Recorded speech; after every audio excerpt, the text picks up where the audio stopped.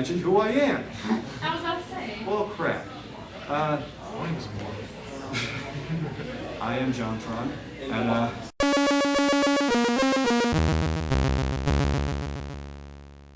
Vic, sorry if I'm interrupting your conversation, but I'm going to go ahead and start. Oh, you ready to start? Yeah. So sorry, man. Absolutely. Whatever. Now, I'm going to tell you right now, this is not going to be a very tech-heavy panel. You know, like, it's like having a writing panel where you focus entirely on the technology of the pen and the paper without focusing on how to actually write. If you have tech questions, though, feel free to ask them once I shut up. That sounds good. And I'm from the internet, so I do not know how to shut up. Nothing that I'm about to say is a set-in-stone rule for reviewing or Let's Play.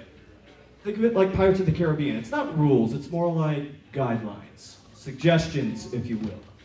Everyone has their own way of how they approach this, and mine is not the way to do it. That being said, here are 3 things that are non-negotiable rules about doing Let's Play and game review. Rule number 1, you suck at all video games.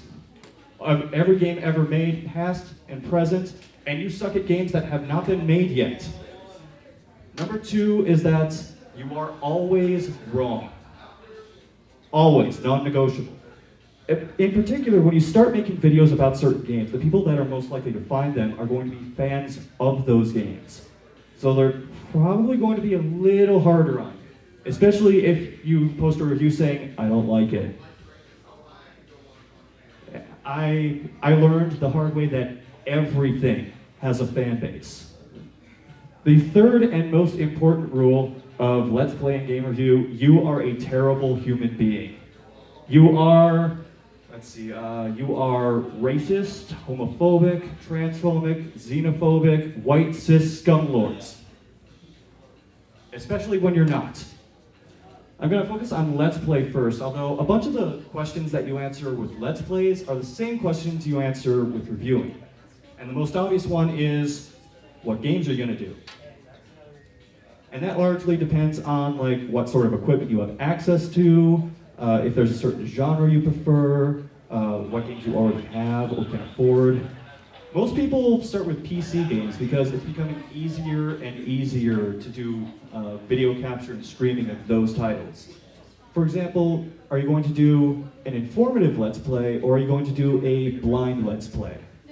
Informative meaning you've played the game before, you've played the series before, you're generally able to explain things like game mechanics, plot lines, Easter eggs the game might have, etc., etc.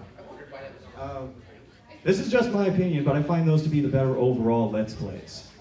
Because there's a lot less like messing around, like where do I go sort of moments. I've mentioned informative Let's Plays. Blind Let's Plays are the kind that you mostly see nowadays, where you just go into the game, you don't have prior background knowledge of it, you haven't played it before, and those are really good to capture like your reactions to things that happen. Like for narrative games like Walking Dead, like you mentioned, that can be particularly effective. Of course, the downside to that is you don't know what you're doing. So if you get stuck, you can end up with a lot of video that is just you not doing anything. And of course, you can edit that later and cut that out. So, I mean, that takes a little more work, but generally, I find that the more effort you put into something, like even if it's just a little thing like that, it can make all the difference to helping your videos. Now, when you're doing Let's Play, something that you'll have to worry about is commentary. And there's 3 different kinds you can do. You can do it live, you can do it post, you can do it in text. Live, you're just recording as you play the game. It's what most people do nowadays. It is generally a time saver because you don't have to go back and edit stuff in later. But the downside is, and I'm just being blunt about this, most of the people who do live commentary are not good at it. I don't know how many Let's Plays you've watched, but I've seen several Let's Plays where people are going through, let's say Dark Souls or something. And the commentary consists of this. Okay. Wow, that boss looks like a stupid. It ends up with people like, doing things to have something on the video, like just talking to fill space. My pet peeve is people singing along to music. Because most people who do that tend to be tone deaf. And you know what? It's like walking and chewing gum. Not everyone can do it at the same time. I will freely admit, I cannot do live commentary on games. Like, that's why I do post-commentary, where I play through the game, I go back to Sony Vegas, is what I work with, and then I record my voiceover afterward. And the upside to that is you can plan out what you're going to say, so you can budget your time more effectively through the video. Of course, the downside is that takes a lot more work than just recording live and then hitting upload. Now, something else I mentioned was text. And this is more of an old school form. You don't see as many people do it anymore. But instead of having their voice over the video, they'll just do subtitles. And that can be effective. Maybe if you don't like the sound of your own voice. Then again, a lot of people don't like the sound of their own voice and do it anyway. So the downside to that is obviously it takes more time to do, and it's hard to position subtitles so that it's not blocking anything on the screen. There was, however, one Let's Play I'd recommend, which is, it's an old Let's Play of a DOS game called Blood. And it was actually a very effective means of doing commentary.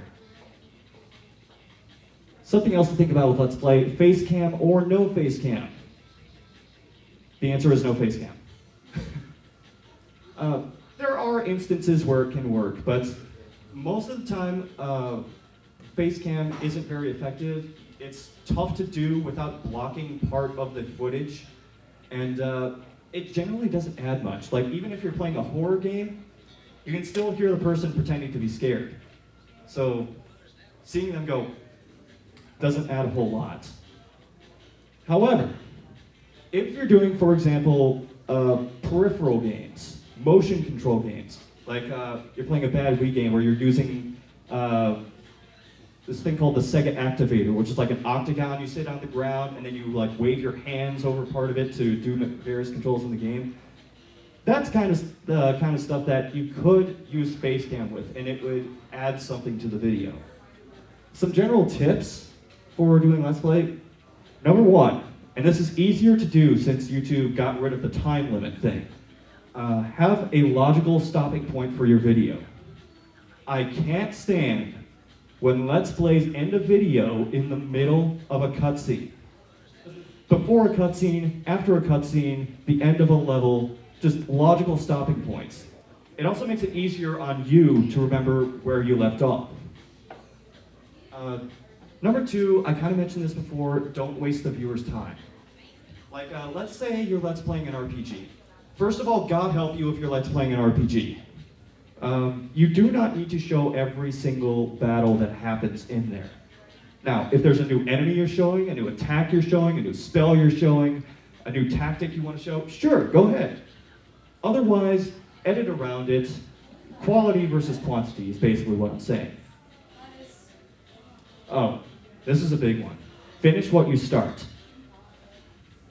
This was a big problem way back in the day, which was people would start a Let's Play, and then like 3 videos later, they would just drop it and never come back to it.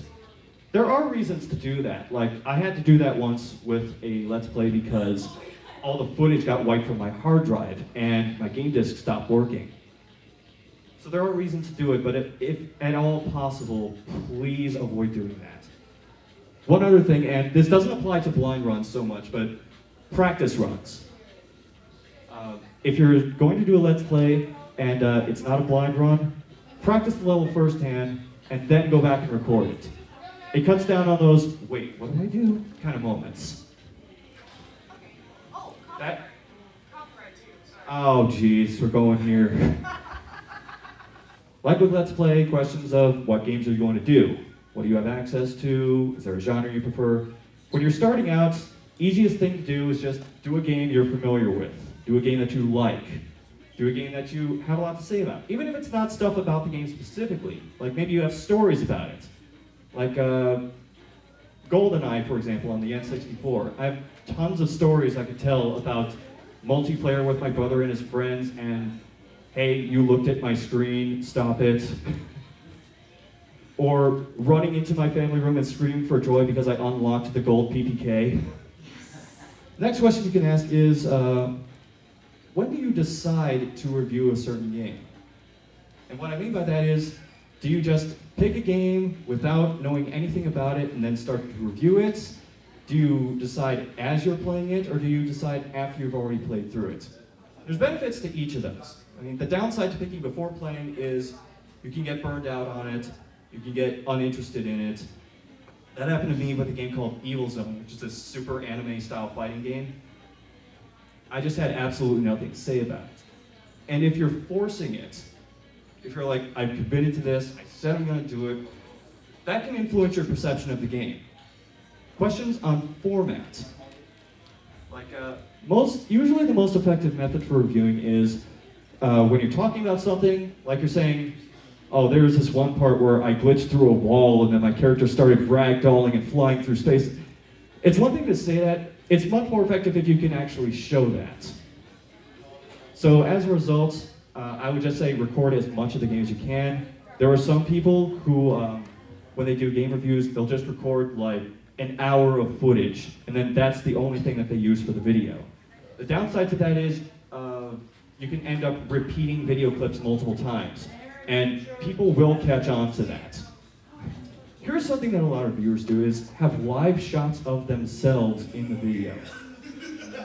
Unless you're doing like live skits, you don't have to do that. Especially if you don't have a good place to film. Like for a while, I lived in an apartment where there was just absolutely no lighting in the place where I wanted to shoot. I tried getting creative by like having floor lamps that I turned on, having the television on just so I can get a little extra lighting on my face. And it ended up looking bad because I wear glasses and the TV glare was just blocking my eyes entirely. This is something I should have mentioned with Let's Play too. Gimmick or no gimmick? What I say about gimmick is, I'll just throw out some examples. Let's Playing Super Mario RPG as the cast of Family Guy. Let's Playing from the point of view of the characters is another possibility. I've seen people have their own narratives going over Let's Plays and reviews. Like, anyone watch Electrical Beast? He's a British Let's Player who Let's Played Super Mario 64 and had his own little storyline about Bowser and this evil test where Mario had to go back in time in order to save Peach. It was bizarre, but it was also kind of interesting. And not just the point of view of the character, having your own Let's Play personality. Some people do that, like Saran Lionheart. I'm not sure if anyone of you know who that is, but he's this really over-the-top, energetic Let's Player. And he starts off every video like this. Hello, this is Saran Lionheart, and welcome to Let's Play Mighty Morphin Power Rangers. Yeah! Ha ha! Not for everyone, but it works for him. The thing about doing gimmicks is, though, if you're just starting out, maybe don't try doing gimmicks right away. Like Saran Lionheart, I just mentioned, he didn't start out doing that right away. He worked up to it and became comfortable with that. Discussing what you would cover about the game. Now what I mean by this is, are you only going to talk about the game? Are you going to talk about the company behind the game? Are you going to talk about things that happened in development? Like if you're reviewing Duke Nukem Forever, you could have a field day talking about the development of that game. Or Aliens Colonial Marines, or something like that. 4 good practices that you can do for Let's Play or game reviewing. Number 1, and this is really important, watch your video back before you upload it. And you know what? I'm super paranoid, so I watch it, the entire thing before I upload it. I upload it, and then I watch it again. Because I had one review where it looked fine, I uploaded it to YouTube, halfway through, the frames start clipping, and the entire video is desynced by 10 seconds. No idea how that happened. Like, you don't have to watch the entire video through, just like, pick out a couple of points, just make sure everything looks good for like 5 or 10 seconds. It can go a long way to make sure that you don't screw anything up. If you don't like it after you do it, you are under no obligation to post it. Because if you're not happy with it, what are the people who watch it going to think? A lot of people will just post it anyway because they're like, I got a schedule, I gotta post something. You know what? I think your viewers will appreciate it in the long run if you don't just say, well, here's some crap. And you're gonna watch it anyway.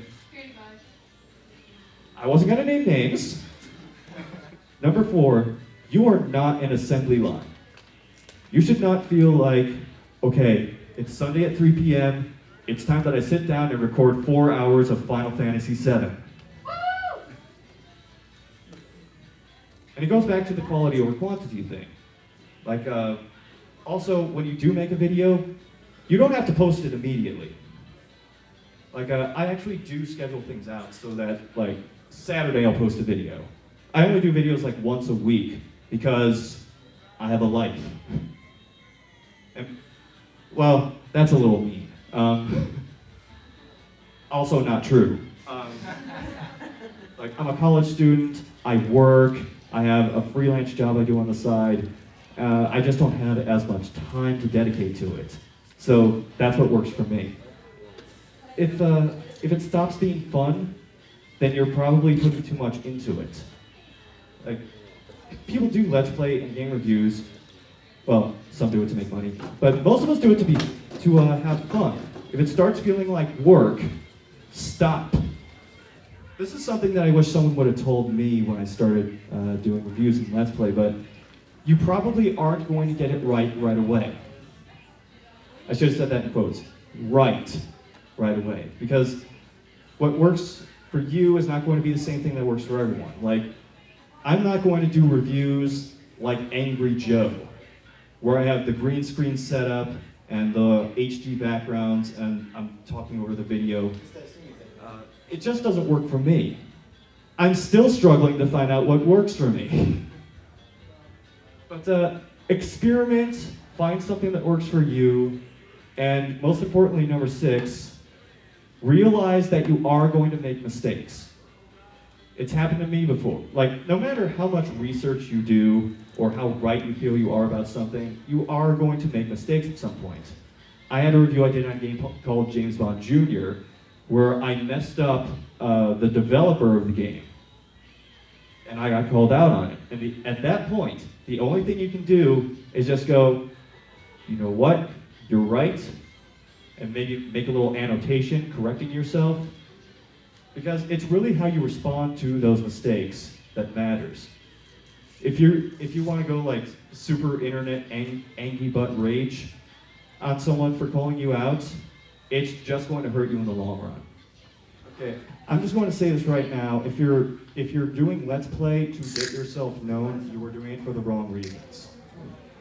I'm like an old school style YouTuber. I don't do like the end slates. Watch my videos, like and subscribe.